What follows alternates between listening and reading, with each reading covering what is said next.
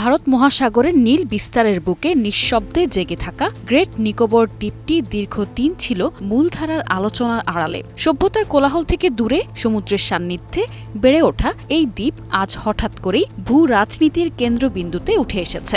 জনসংখ্যায় ক্ষুদ্র কিন্তু অবস্থানগত গুরুত্বে বিশাল এই ভূখণ্ডকে ঘিরে নতুন স্বপ্ন বুনছে ভারত। একসময় উপেক্ষিত এই দ্বীপ এখন নয়াদিল্লির কৌশলগত আকাঙ্ক্ষার প্রতীক, যেখানে সমুদ্রপথের নিয়ন্ত্রণ, অর্থনৈতিক সম্ভাবনা এবং আঞ্চলিক প্রভাব বিস্তারের নতুন অধ্যায় রচনার প্রস্তুতি চলছে।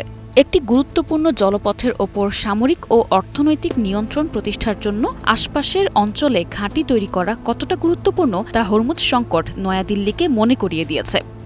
নগদ নিয়ে এলো হার না মানা হার অফার। সর্বনিম্ন 10,000 টাকা রেমিটেন্স নগদে পাঠালে থাকছে স্বর্ণের হার জেতার সুযোগ। ভারতের মানচিত্রের সর্বদক্ষিণে গ্রেট নিকোবর দ্বীপের অবস্থান। এটি ভারতের মূল ভূখণ্ডের চেয়ে থাইল্যান্ড, মালয়েশিয়া ও ইন্দোনেশিয়ার উপকূলের বেশি কাছে অবস্থিত। দ্বীপটির আয়তন হংকংয়ের প্রায় সমান। তবে 1984 সালে ইন্দিরা গান্ধীর পর ভারতের আর কোনো প্রধানমন্ত্রী সেখানে যাননি। এমনকি ভারত এখন পর্যন্ত দ্বীপটির পূর্ণাঙ্গ কোনো আদমশুমারিও করেনি। তাই সেখানকার বাসিন্দা কত তা অনুমান নির্ভর। সর্বশেষ ধারণা অনুযায়ী সেখানে 10,000-এর কম মানুষ বসবাস করেন।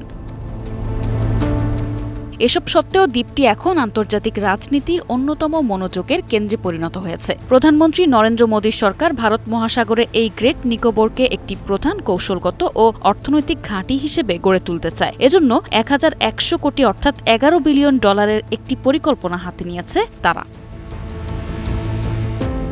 মোদী সরকার দ্বীপটিতে একটি পণ্য খালাসের বন্দর অর্থাৎ ট্রান্সশিপমেন্ট পোর্ট, একটি বেসামরিক সামরিক বিমানবন্দর, একটি বিদ্যুৎ কেন্দ্র, পর্যটন অবকাঠামো এবং 3,50,000 মানুষের বসবাসের জন্য একটি জনপদ গড়ে তোলার অনুমোদন দিয়েছে। সরকারের দাবি, সামুদ্রিক বাণিজ্যের অর্থনৈতিক গুরুত্বের কথা বিবেচনা করে এতে বিপুল টাকা বিনিয়োগ করা হচ্ছে।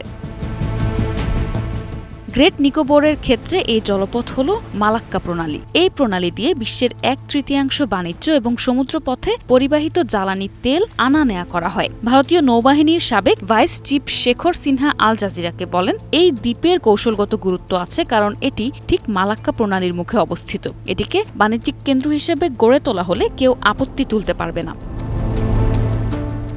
বঙ্গোপসাগরের দক্ষিণ পূর্ব প্রান্তে অবস্থিত গ্রেট নিকোবর দ্বীপটি ভারতের মূল ভূখণ্ড থেকে প্রায় 1,600 কিলোমিটার বা 994 মাইল দূরে অবস্থিত।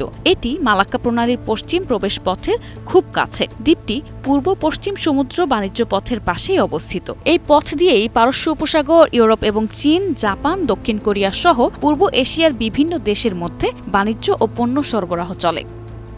নিশা আলম, ডেস্ক রিপোর্ট, 21 টেলিভিশন।